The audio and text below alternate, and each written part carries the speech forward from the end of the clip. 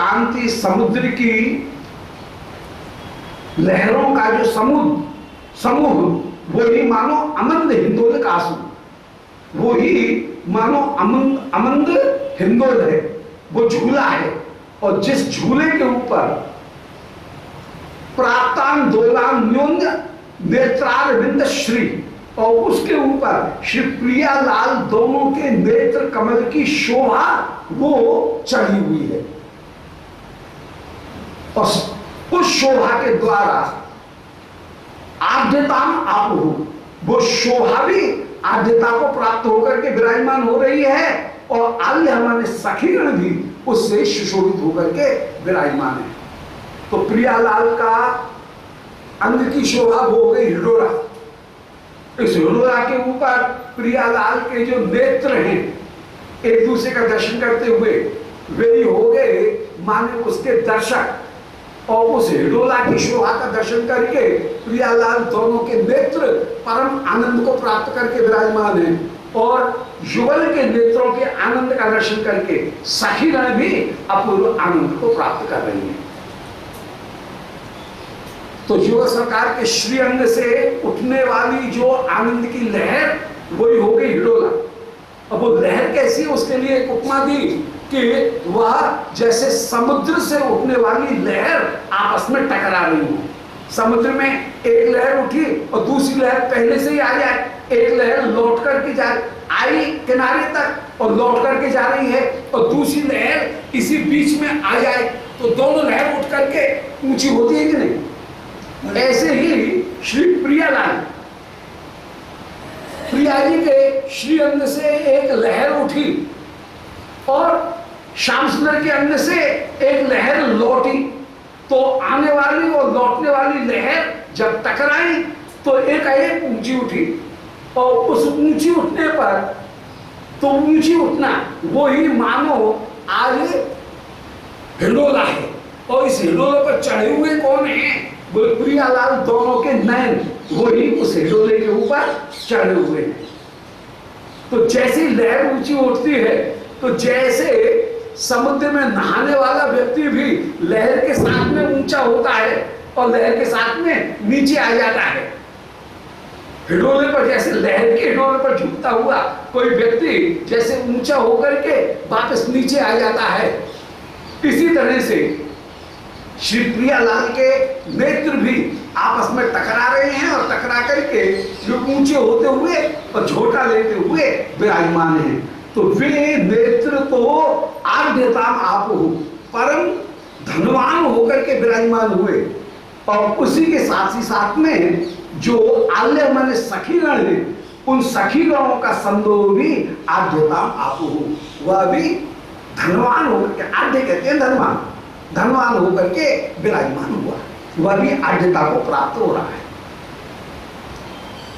तो यही छवि जो है बड़ी सुंदर है। जैसे प्रिया जी की छवि लौट रही है, श्याम सुंदर की छवि आ रही है, तो दो लहर जैसे मिलती हैं समुद्र में तो एकदम लहर ऊंची जाती है, और जो लहरों के ऊपर चलने वाली नाव है या जो पैर है जिसके ऊपर कोई स्केटिंग कर रहा है, वो जल में जैसे समुद्र में कोई साथ में चल रहा है, तो वो भी लहर के साथ में ऊंचा, नाव भी लहर के साथ में ऊंचा होकर के फिर नीचे जैसे आती है, ऐसे प्रियालाल इन दोनों के नेत्र हैं, वे हैं झूला झूलने वाले या नाव पर चलने वाले, और लहर जो आई वे ही आकर के जो जा रही हैं वो कभी ऊंची हो रही हैं कभी नीचे हो रही हैं, उनके साथ में झूल करके ये शिवप्रिया दोनों के नेत्र उस समय आद्यता मापू परम आनंद को प्राप्त करते हुए विराजमान हो रहे हैं। जब आनंद को प्राप्त करके विराजमान होते हैं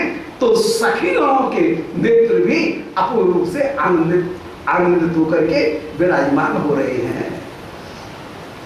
जब इनको समुद्र का अनुभव रहा होगा, समुद्र की लहरों का, विश्वनाथ चक्रवर्ती जी हैं तो वही कहीं बंगाल के तो समुद्र की वो लहरों का साक्षात दर्शन किया होगा।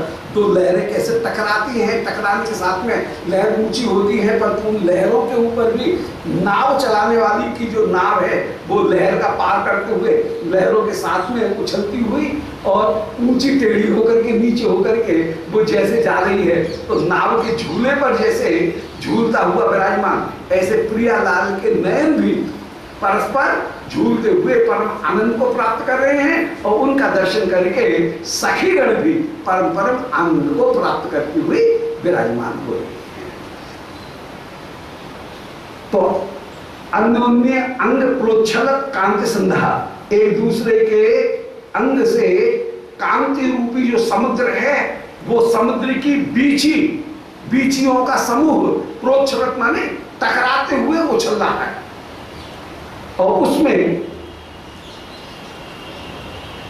अमंद हिंदोल कासु, अमंद रूप में जो झोटा है वो झोटा आ रहे हैं और प्राक्तान दोला अन्योन्य नेत्रार भिन्न, और उनके साथ में जैसे कोई नाव जैसे झूल रही हो ऐसे श्री प्रियालाल दोनों के नेत्र आंदोलन प्राप्त करते हुए ऊंचे नीचे होते हुए जैसे विराजमान हैं। आज अन्योन्य श्री संदोहई आढ्यताम आपो, वह आज परम आढ्यता को प्राप्त करके विराजमान है और उसके साथ ही साथ आल्य हमारे सखीगण भी परम आनंदित होकर के विराजमान है। इत्थम चेतस्पेतयो दोलेन यत्, इस प्रकार कामो बामोप्यंतरायम न चक्रे, तो कामो चेता दोलेन, इस प्रकार प्रतिकूल काम ने चित्त को, इन युगल के चित्त को झुलाते हुए भी आज बामता नहीं की। इत्थम चेता एद्योर दोलेन यत्, कामो बामोपी, कामदेव को बड़ा बाम कहा जाता है, टेढ़ा मेढ़ा कहा जाता है, माने बड़ा कष्ट देने वाला या बाम कहा जाता है। तो कामो बामोपी, कामदेव यद्यपि बाम है माने माननीय स्वरूप को धारण करने वाला है, परंतु तो बाम होने पर भी उस काम ने इन प्रियालाल के चित्त को झुलाते हुए अंतराय न चक्रे, अंतराय नहीं किया। कामदेव हो गया झुलाने वाला, श्री प्रियालाल के चित्त हो गए झूलने वाले, तो कामदेव प्रियालाल के चित्त को झुला रहा है। यद्यपि वो व्याकुल कर देने वाला है, बाम है, परंतु उसने आज प्रियालाल के चित्त को व्याकुल नहीं किया बल्कि आनंदित करते हुए विराजमान। तो कामो बामो भी अंतराय चक्रे, बाम होने पर भी कामदेव ने प्रियालाल के प्रति कोई अंतराय माने बाधा नहीं डाली। और इत्थम चेता है एतयो, एतयो माने युगल सरकार के चित्त को दोलन, वह झुला रहा है।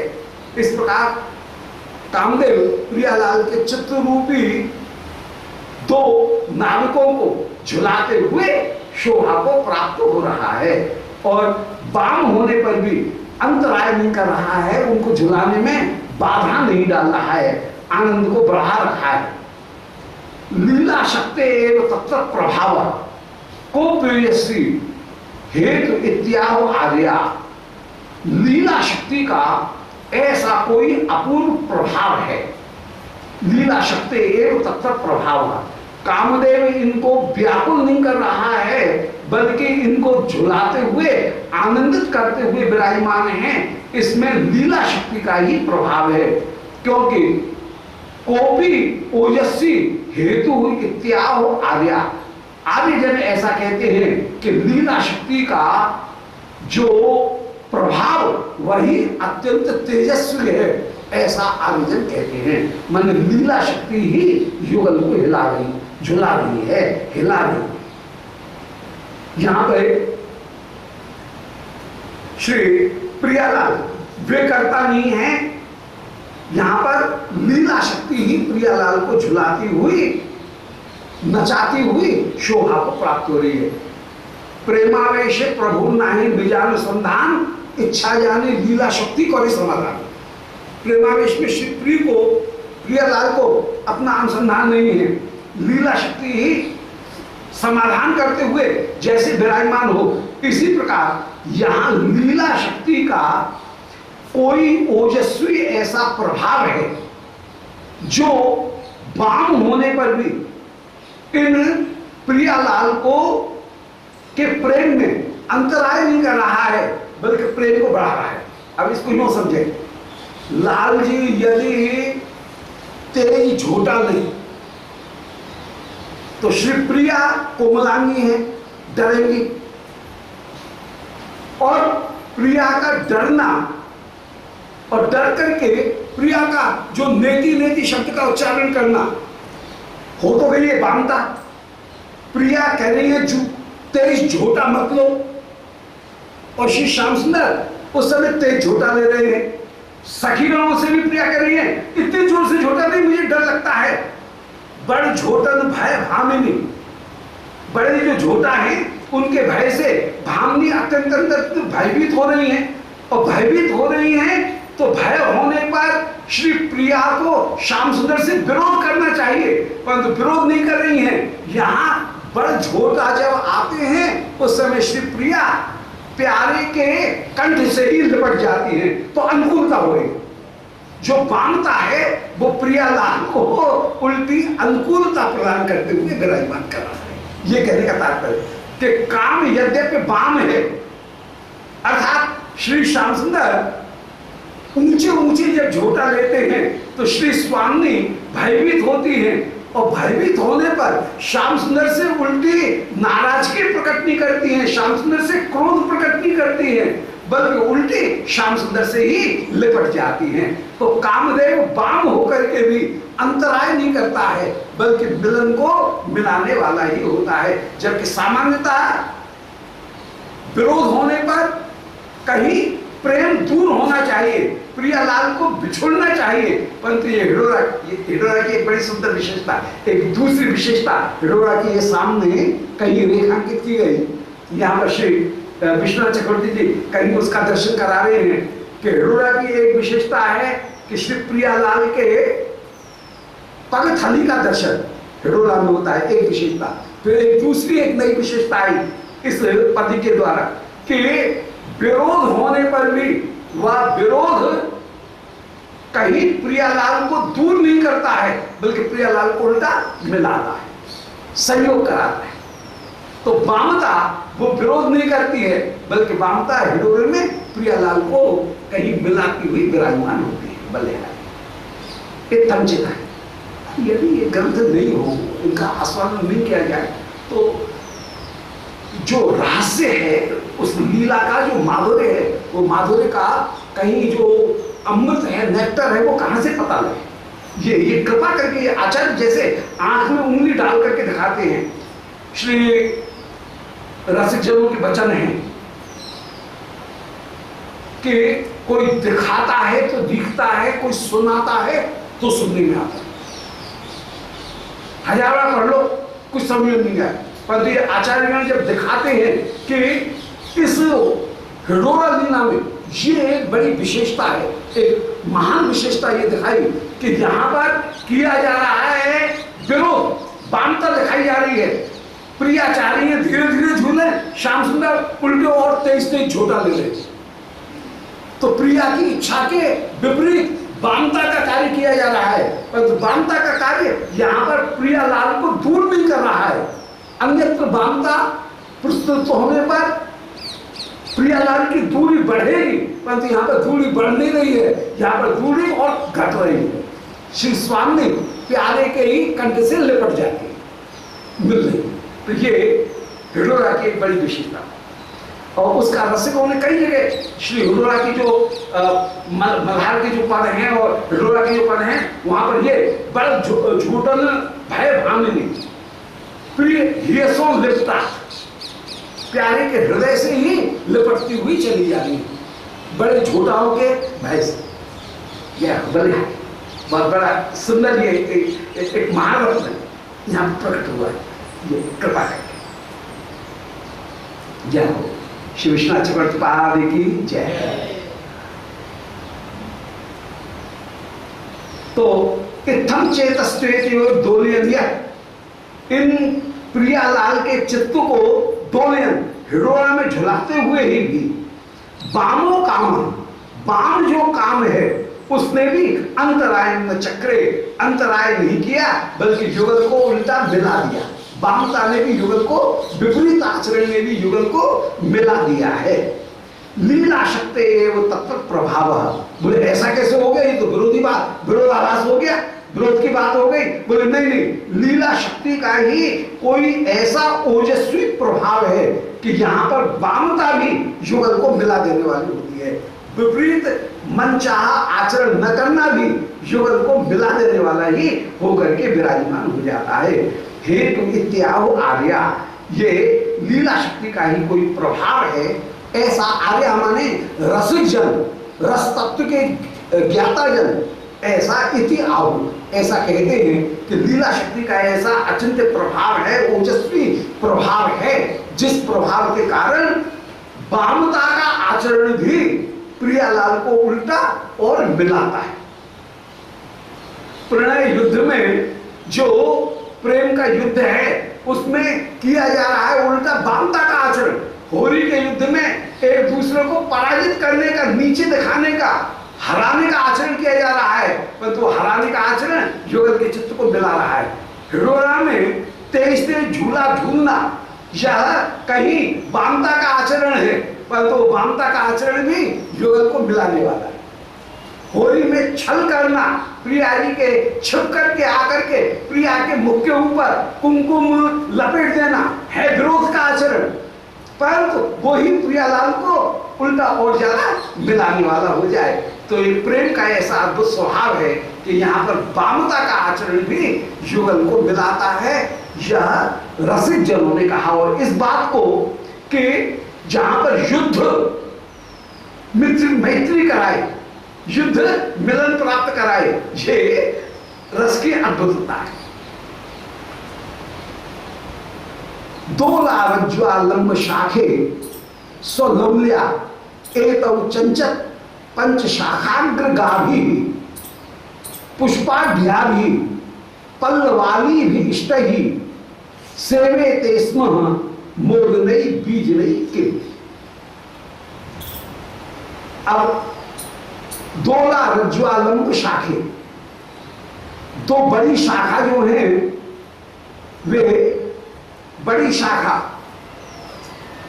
अब यहां पर एक बिंब है कि प्रियालाल जिसमें झूल रहे हैं, मानो ऐसा लगता है कि श्रीमद वृंदावन युगल सरकार के ऊपर पंखा कर रही है।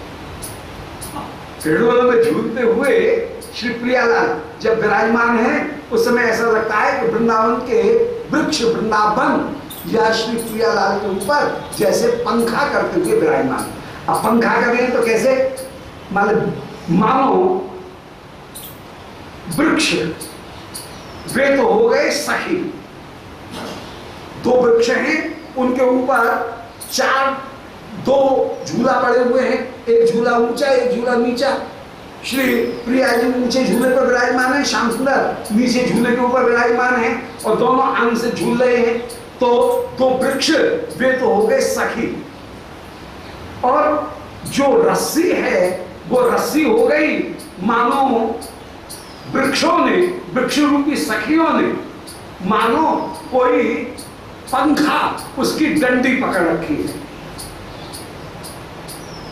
और वृक्ष के जो पत्ते हैं, डालियां, फूल पत्ती, वे हो गई मानो वृक्ष का पंखा,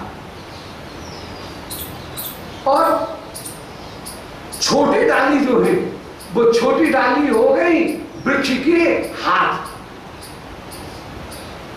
और उनसे हिडोले का जो आना जाना उस झूले पर वही हो गया मानो वृंदावन श्री युगल सरकार के ऊपर पंखा करते हुए विराजमान। बोलो वृंदावन बिहारी लाल की जय। कैसे सुंदर ये रूपक, सांग रूपक का प्रयोग है कि वृक्ष की जो बड़ी मोटी टहनी है जिनके ऊपर झूला लग रहा है वो टहनी ही हो गई गुद्दा, जो दो गुद्दे हैं जिनके ऊपर झूला लटक रहा है, वो गुद्दे तो हो गए दो सखी, वृंदावन रूपी सखी, और उस गुड्डे के ऊपर जो डोरी पड़ी हुई है वो डोरी हो गई पंखा। अच्छा, डोरी के ऊपर भी कहीं फूल माला पत्ती ये सब लपेटी गई हैं, या उनके साथ में लपट करके वृक्ष की ही जो डाली है वो डाली भी आ रही है। तो वृक्ष की लटकती हुई डाली और डंडियों के ऊपर लपेटी हुई फूलों की माला, वही हो गई मानो पंखा।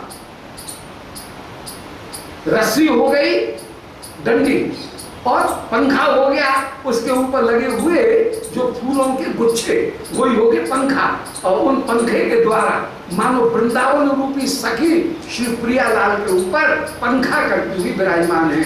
और वो पंखा कैसे हो रहा है? वो हिडोरे का आना जाना, जो छोटा लेना, वही मानो आज पंखा हो रहा है। इस प्रकार हिडोरे का रूपक एक पंखा से दिया गया। पंखा करने वाली जो सखी है उसके द्वारा श्री हिडोरे का अपूर्व रूपक दिया कि दोला रज्ज्वा लंब शाखे, जिस शाखा के ऊपर डोले की रज्जुएं लटक रही हैं, स्वलौल्या एकदम चंचल पंच शाखाग्र गाभी, वो ही मानो स्वलौल्या अपनी चंचलता के कारण मानो वे ही एकदम चंचल पंच शाखाग्र गाभी, ये ही मानो सखियां हैं। और सखियों ने पंच शाखाग्र गाभी अपने पंच शाखा कहते हैं हाथ का नाम, हाथ के पंजे का नाम है पंच शाखा। ये पंच शाखा ही है, पांच है ना, 1 2 3 4 5, 5 उंगलियां जो हैं, इसलिए ये जो हथेली है, इस हथेली को पंच शाखा कहते हैं। किसी भी चीज को पढ़ते हैं तो पंच शाखा, पंच शाखा से इस वस्तु को पकड़ो, डंडे को पकड़ो, पंच शाखा माने हथेली। तो श्री वृंदावन रूपी सखी ने जो अपनी पंच शाखाग्र गाभी अपनी मुट्ठी में, पंच शाखाग्र गाभी माने अपनी मुट्ठी में, मानो पुष्पाद्याभि पल्लवाली भी इष्टई, मानो ये जो रस्सी है, रस्सी की डंडी, वो रस्सी की डंडियों को मानो वृंदावन रूपी सखी ने, वृंदावन हो गए सखी, वृक्ष हो गए सखी, और जो डंडी है या रस्सी है वो रस्सी हो गई मानो पंखे की डंडी। उस डंडी को इन्होंने पकड़ रखा है, किससे? वो डंडी भी जो आई है वो भी कहीं ऊपर जो वृक्षों की अपूर्व से जो गुच्छे लटक रहे हैं, पत्तों के गुच्छे, वे पत्तों के गुच्छे ही मानो पंचशाखा हैं।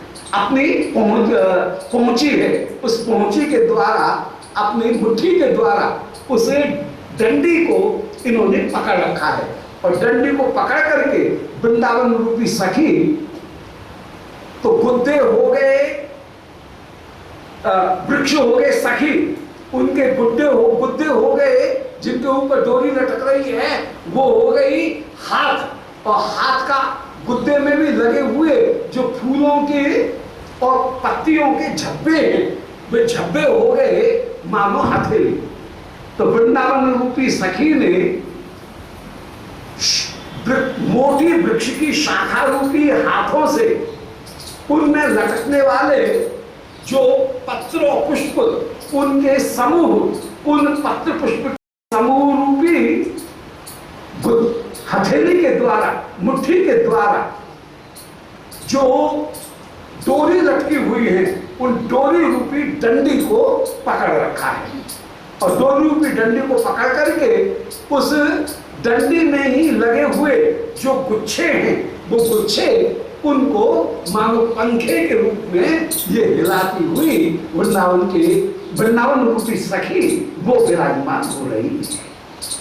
तो दोला रज्जु आलंब शाखे, हिडोले की रस्सी उससे आलंब शाखे, जो रस्सियां पकड़ी हुई हैं, बंधी हुई हैं, उस रस्सियों को पकड़ने वाली शाखा, उस शाखा में सलौल्यात एतौ चंचल पंच शाखाग्र गाभी, उन्होंने चंचलता पूर्वक पंच शाखा माने अपने हथेली के द्वारा उस पंखा की डंडी को पकड़ करके पुष्पाद्या भी पल्लवाली भी इष्टई, पत्तों की जो समूह वही हो गई झालर, मैंने पंखे की झालर जो है वो पंखे की झालर वो हो गया पत्तों का समूह, उनके द्वारा ही सेवे स्मो, वृंदावन सेवा करते हुए विराजमान हो रहा है। मोद नहीं बीज नहीं के मानो बीजन के माध्यम से, आनंद देने वाले बीजन के माध्यम से। कभी देखा होगा मैंने, दो तरह के पंखे होते हैं। एक पंखा होता है जो छत से कड़ी से बना रहता है और डोरी से उसको खींचा जाता है, वो हुआ एक पंखा। एक पंखा होता है बड़ा पंखा तार का, उसकी लंबी डंडी है, डंडी को पकड़ करके और दो हाथ से पकड़ करके, एक हाथ को स्थिर और एक हाथ को पकड़ करके उस पंखे को, बड़ा जो पंखा है वो इतना बड़ा, समाज में कभी कभी वो बड़ा पंखा दिखता है, इतना बड़ा पंखा। हाँ, रासलीला में चलता है। तो वो बड़ा पंखा, बड़ा पंखा जो है वो बड़ा पंखा शिवप्रिया लाल के ऊपर हो रहा है। तो यहाँ पर उसी बड़े पंखे का एक रूपक है कि दो वृक्ष हैं, उनके ऊपर झूला लगा हुआ है, तो झूले की जो डोरी है वो तो हो गई बड़ी जैसे डंडी, और उन डंडी को पकड़ करके और ऊपर जो दो वृक्ष आए उनमें जो लहर जो पत्ते और फूल जो लटक रहे हैं, जो गुच्छा लटक रहे हैं, वही हो गई झालर। और उस झालर के द्वारा शिवप्रिया लाल के ऊपर वृंदावन रूपी सखी वृक्ष रूपी पंखे के द्वारा शिवप्रिया लाल के ऊपर बीजन करती हुई विराजमान हो रही है। ये अपूर्व शोभा।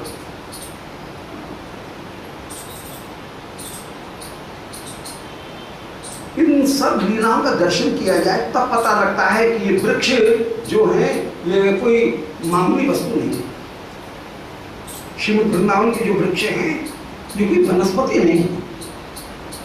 कैसे वृंदावन सखी श्री युगल सरकार की सेवा करती हैं, ये अनुभव होता है। ये वृक्ष कितने भाग्यशाली हैं। ये कोई स्थावर जाल, कोई योनि थोड़ी है, ये कोई जड़ योनि नहीं है, स्थावर योनि नहीं है, बल्कि ये सब के सब माने सखी रूप होकर के विराजमान है।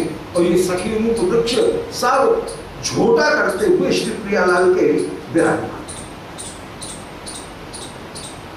लीला का दर्शन हो, वृक्षों की जो महिमा, लताओं की जो महिमा, वो सामने साधक के हृदय में प्रकट हो कि वृक्ष लता इनका आश्रय ग्रहण कर ये नित्य सखी होकर के विराजमान है, नित्य परिकर होकर के विराजमान है और प्रियालाल की कैसी सेवा करते हुए विराजमान। इसलिए कंक्रीट का जंगल बनाना महत्वपूर्ण वस्तु नहीं है।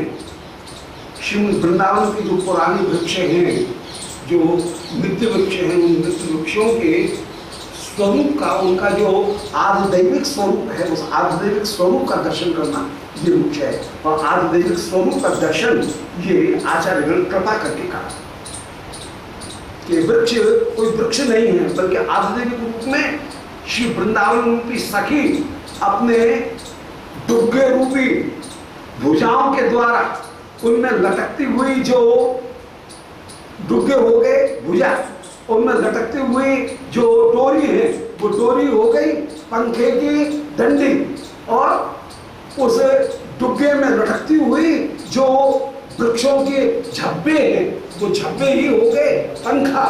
उस पंखा के द्वारा नीचे श्री प्रियालाल झूल रहे हैं और उनके ऊपर ये श्री वृंदावन सखी वो टोना झुलाती हुई विराजमान।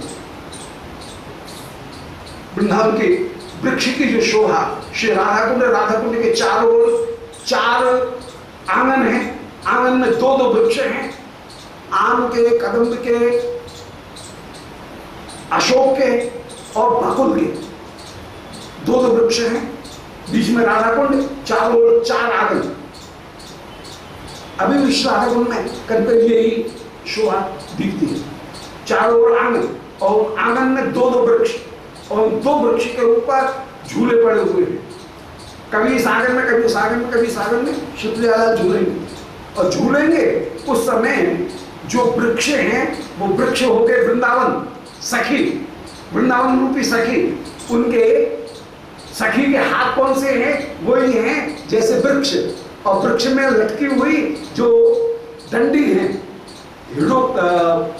वही हो गई मानो पंखे की डंडी, और पंखे की डंडी और उसके ऊपर जब हिडोरा झूलेंगे तो झूलने के साथ साथ वृक्ष के ऊपर पूरा का पूरा जो वृक्ष है वो भी कुछ हिलेगा, हिलता हुआ शोभा को प्राप्त होगा। उसके झुग्गे भी हिलते हुए सुशोभित होंगे, और झुग्गे जब हिलते हुए सुशोभित होंगे वो ऐसा लग रहा है जैसे कि शिव वृंदावन